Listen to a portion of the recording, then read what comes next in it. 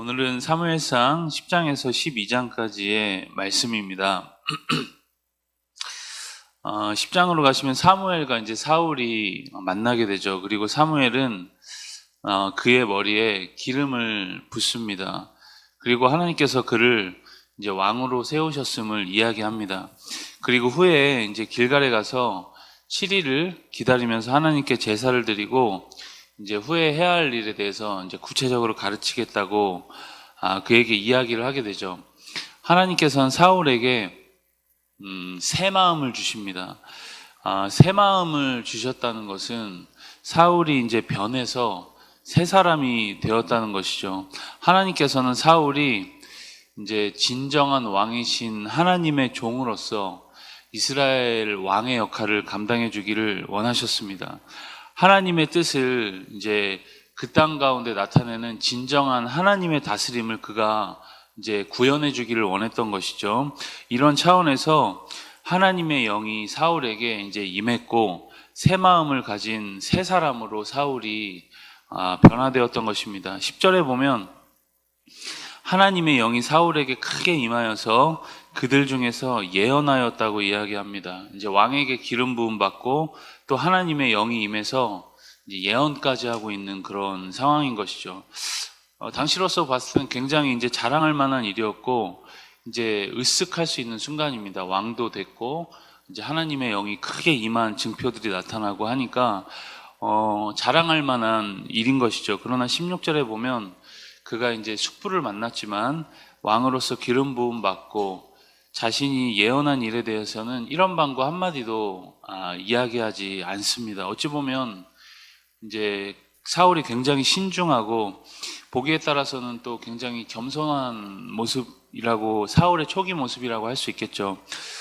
그럼 우리가 가끔 삶에 있어서 이제 자랑할 일이 많아지고 또 굉장히 영적으로 충만해지면 희한하게 삶의 태도가 가끔은 이제 거만해지는 순간들이 있습니다.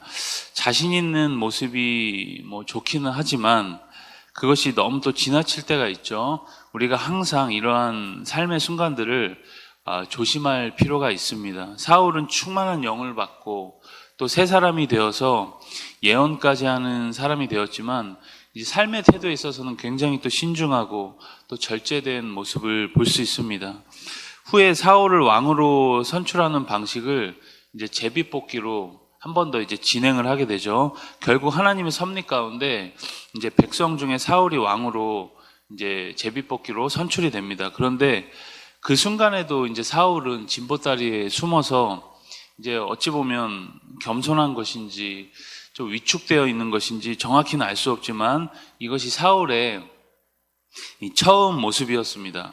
11장으로 가시면 사울이 왕으로 등극한 이후에 드디어 왕으로서 이제 자신의 지도력을 발휘할 순간이 찾아옵니다.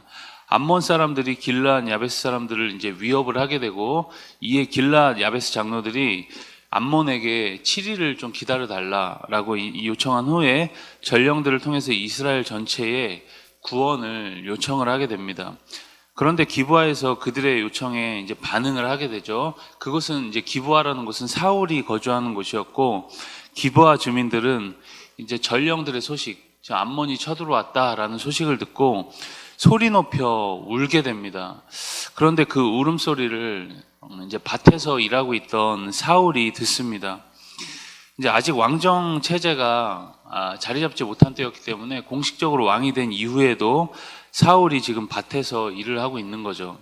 이제는 진짜 왕으로서 역할을 해야 할 때가 왔습니다. 사울은 전령들의 소식을 듣고 하나님의 영에 크게 감동되어서 이제 분노가 일어납니다. 그리고 군사를 이제 소집을 하게 되죠.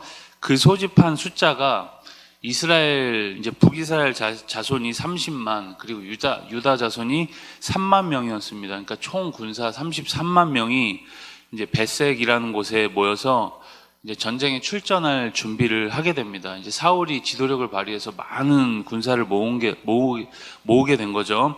그리고 이제 새벽에 적진에 들어가서 암몬을 쳐서 깔끔하게 이제 승리를 합니다. 이 일로 인해서 사울은 왕으로서 입지를 이제 제대로 굳히게 되죠. 이제 사울은 길갈로 가서 왕으로서 이제 제대로 된 즉위식을 가지게 됩니다. 하나님이 왕정 체제를 원한 것은 아니었지만 이제 차선책으로서 이 왕들이 하나님을 그래도 잘 섬긴다면 하나님의 뜻이 이 왕들을 통해서 그 땅 가운데 이루어질 것이었습니다. 그런데 우리는 앞으로 이 왕정 체제가 얼마나 불안한 제도인지를 이제 계속 볼 수 있게 됩니다. 12장으로 가시면 사무엘은 이 사울에게 이스라엘의 통치권을 넘기면서 이제 자신의 지난 날을 회고하게 되죠. 그러면서 사무엘이 그들에게 고별 설교를 하고 있는 장면입니다. 자신이 얼마나 백성들과 주님 앞에서 신실하게 살아갔는지를 이제 이야기하고 있는 것이죠. 그리고 6절부터는 하나님의 신실하심에 대해서 이야기를 합니다. 하나님이 어떻게 너희들을 애굽에서 구원하시고 어떻게 사사시대 동안 너희를 신실하게 돌보시고 구원해 주셨는지를 이야기하고 있습니다.